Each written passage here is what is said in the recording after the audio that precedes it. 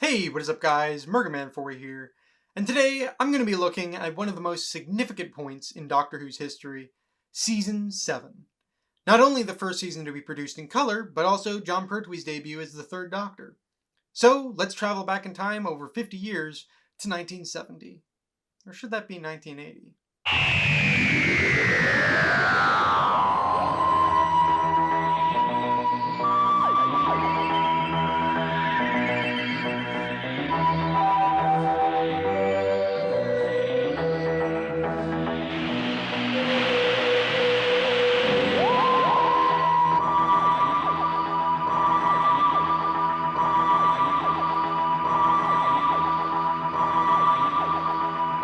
Outside of the show's revival in 2005, Season 7 is probably the biggest shakeup Doctor Who has ever experienced. With the Brigadier being the only familiar face, and the Doctor forced down to Earth permanently, it's very clear that one thing this era is not going to be is more of the same, and it delivers on that promise in spades. Most impressively, its 4 stories maintain the show's remarkable variety and adaptability despite the storytelling constraints in place. But enough of the preamble. Let's go into more detail, starting with Spearhead from space.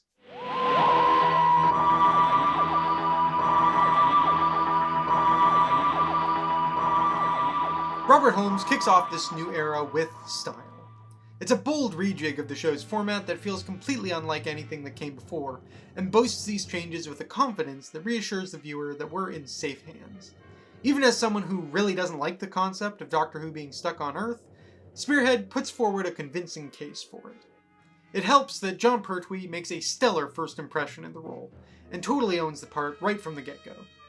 And the story finds that perfect balance between the post-regenerative trauma and the new Doctor taking command that not every Doctor's first outing achieves. I also think it's a brilliant move to have a returning face in the Brigadier, giving the Doctor an immediate ally, albeit one with whom he butts heads. And it's a great introduction to the ever-capable Liz Shaw, a character who never really got to see her full potential on screen, but is nevertheless a constant highlight. I love the rapport that she and Pertwee share, which makes for a fun contrast to the Doctor's relationship with the Brigadier, and her more capable nature helps her to stand out from many of the companions that came before. In addition to this fantastic trio of leads, we're also introduced to an instantly iconic monster in the form of the Autons, beings made of living plastic. The image of mannequins coming alive and massacring everyone in sight is the kind of simple but terrifying concept that Doctor Who excels at. And it's easy to see why Russell T Davies decided to bring them back for his own reintroduction to the show. The fact that it's all shot on film is the icing on top. It honestly gives it a much more expensive feel, almost as though you're watching a feature film rather than a television show. So even if I'm not totally sold on the concept, there's no question that this is one of the most effective starts to a new era that the show has ever attempted. So I'll be giving Spearhead from Space an 8.5 out of 10.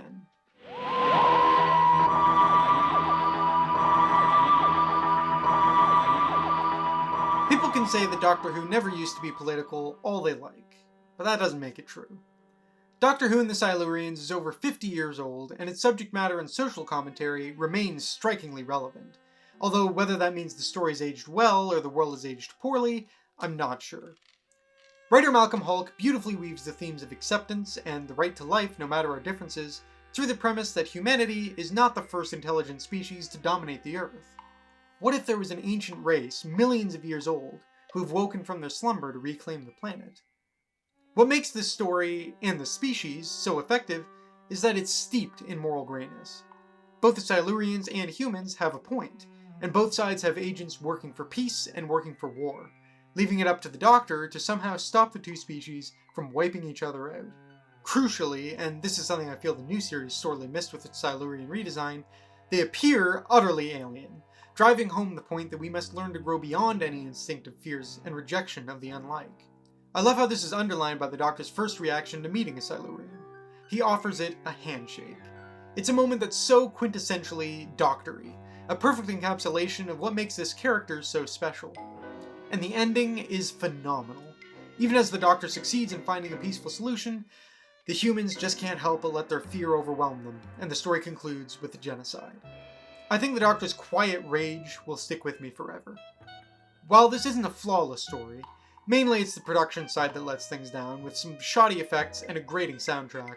It's a powerful story told across a gripping 7 episodes, so it'll be getting an 8.5 out of 10 from me.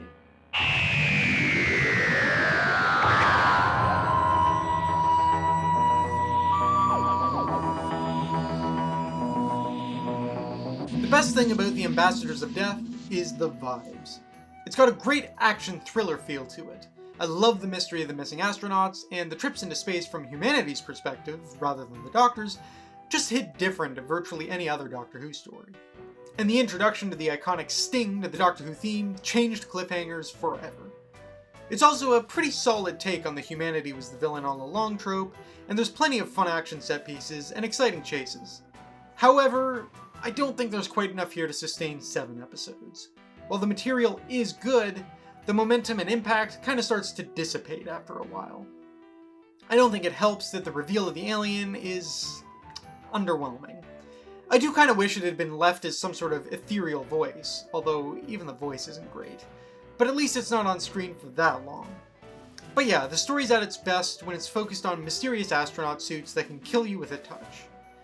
It does sound like I'm kind of down on this story, but honestly, that's only because what surrounds it sets a very high bar. The Ambassadors of Death is the weakest of the bunch in my opinion, but it's still a thoroughly enjoyable time, so I'll be giving it a 7.5 out of 10. And you know it's good if that's what passes for weakest.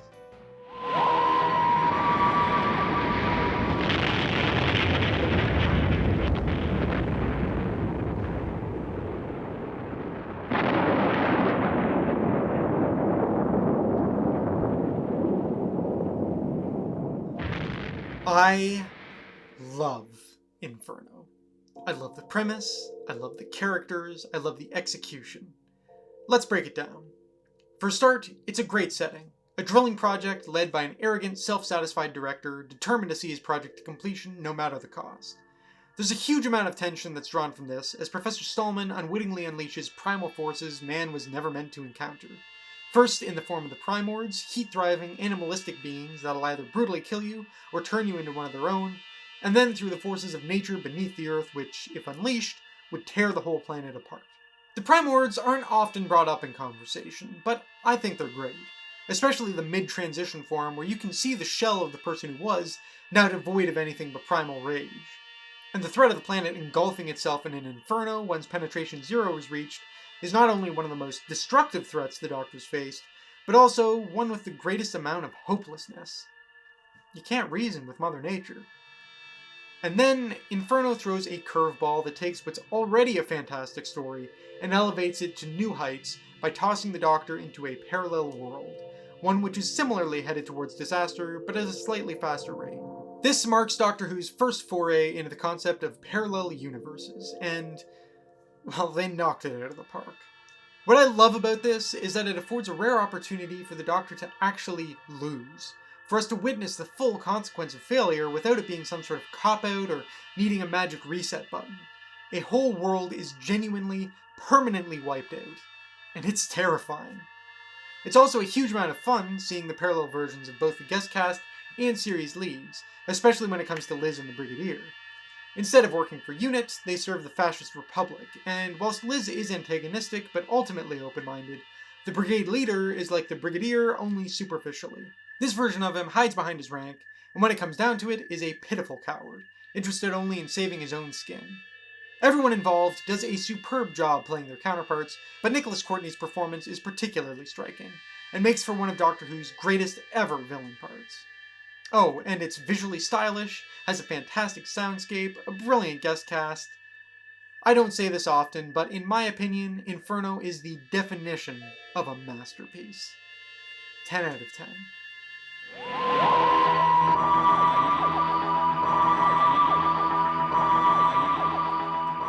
It may only have 4 stories to play with, and one might think that the show's new format would be limiting rather than liberating, but there's no doubt about it that Season 7 is one of, if not the, strongest run of stories the show has ever produced. There's a huge amount of variety to be had here. The trio of the Third Doctor, the Brigadier, and Liz are just a joy to watch, and while most of the stories are pretty serious, there's still plenty of levity and fun to balance it out. It's strange, because this isn't my ideal Doctor Who at all, and yet it might just be my favorite. It's that good. So, any guesses as to how Season 7 compares to the other seasons I've reviewed? Well, within this season, Inferno, of course, comes first with 10 out of 10, followed by Doctor Who and the Silurians and Spearhead from Space, both with 8.5 out of 10, and finally the Ambassadors of Death with 7.5 out of 10. Altogether, this gives Season 7 an average score of 8.63, putting it well and truly in first place. This increases the average for the 1970s to 7.17 out of 10, while John Pertwee pushes above Colin Baker in the Doctor ranking with a new average of 7.42 out of 10. As for this season's writers, Don Houghton rockets up to first place with a new average of 9 out of 10, followed by Robert Holmes in 6th with an average of 8.2, David Whittaker in 18th, maintaining a score of 7.5, and, including his uncredited contribution to the Ambassadors of Death, Malcolm Hulke in 21st with a new average of 7.4. In the producers' ranking, Derek Sherwin enters at the top with a score of 8.5, while Barry Lett's score increases slightly to 7.38 out of 10, though he remains between Verity Lambert and John Nathan Turner. Meanwhile, Terrence Dick's average as script editor increases to 7.42, moving him up to 5th. For Season 7's directors, Barry Lett's uncredited contribution to Inferno raises him to 3rd place with a new average of 8.83 out of 10. Derek Martinus enters the list in 6th with Spearhead from Space's 8.5. Timothy Coombe and Douglas Campfield move up to 9th and 10th place respectively, both with a new average of 8.25. And finally, Michael Ferguson places in 16th, maintaining his score of 7.5. Looking at the season premieres, Spearhead from Space marks the first time in the series of reviews that I've given a premiere higher than an 8, and the premiere average finally gets back up above a 7. Similarly, Inferno tops out the finale list, increasing the finale average to 6.94 out of 10. We also have a new addition to the Doctor debut list, with Spearhead from Space coming first. And in terms of the top and bottom 10s, Season 7 only has one entry to the former, though it is, of course, at the very top, with no contributions to the bottom 10. In the total ranking, Inferno comes first, Doctor Who and the Silurians 20th, Spearhead from Space 21st, and the Ambassadors of Death 40th, out of a total of 94 stories. And that is Season 7. What a joy to revisit. As long as I've been a fan, this has been the definition of top-tier Doctor Who for me. It's never really been topped, or even matched, since. But what do you think? Agree with my adoration? Think it ought to be left in the past? Whatever your thoughts, please let me know in the comments below. And with that, Murgaman 4, over and out, and I'll see you guys later.